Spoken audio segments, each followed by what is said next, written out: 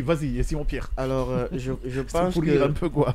cette visite-là était le préalable à faire avant d'aller voir le Premier ministre. Ouais. Mais toujours est-il parce que si le ministre qui a dans ses attributions de gérer, en tout cas de façon globale, l'information, et que ces mêmes médias qui sont brouillés n'avaient pas reçu d'abord une visite du ministre de l'Information, Ouais. je pense que c'était le préalable avant d'aller voir le Premier ministre. Parce que lui, effectivement, il saura concrètement qu'est-ce qu'il faut proposer en termes de solutions, parce qu'il aurait recueilli les informations et soumettre au Premier ministre. Le Premier ministre, à son niveau, quel que soit ce qu'il va dire, il est de très loin quelqu'un qui pourrait connaître les médias. Il est de très loin quelqu'un qui pourrait savoir tout ce qui est lié au fonctionnement de l'information, au fonctionnement de ces médias-là. Mais le ministre de l'Information, moi, en tout cas, je suis quelqu'un, on va dire peut-être que je suis fou, mais je donne ma confiance,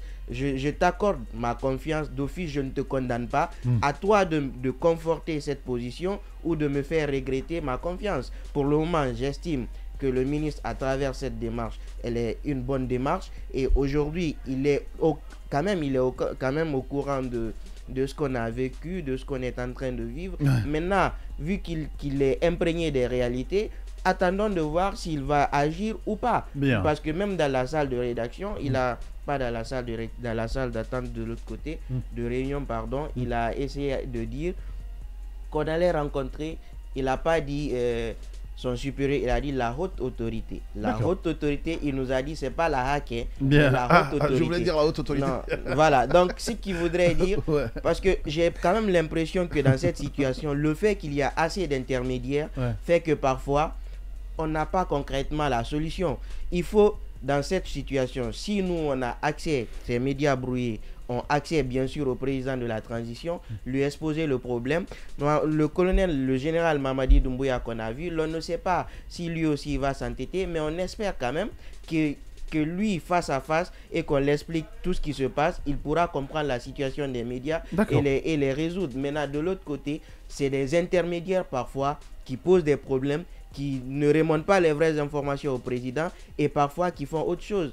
Pour le moment, on estime et on espère que le ministre de l'Information va nous proposer des solutions, mais on ne peut pas d'office le condamner ou le juger en disant non, ça ne va rien produire. On ne sait pas les ambitions de l'homme, on ne sait pas les moyens qu'il détient pour nous apporter des solutions. Une chose intéressante qu'il a dite, habituellement, tous les ministres qui sont venus, personne dans ces ministres-là nous a dit que le ministère de l'Information était la maison des médias. Lui, il l'a dit. Maintenant que si on a des problèmes, on peut arriver à son niveau. Maintenant, attendons de voir s'il va proposer des solutions ou pas. Mais il ne sert à rien de faire des présomptions de culpabilité à tout moment. Commencer à dire non, il ne va pas le faire, ça ne va pas donner grand chose. Je pense qu'à un moment donné, il faut être optimiste. Bien, hein, simplement.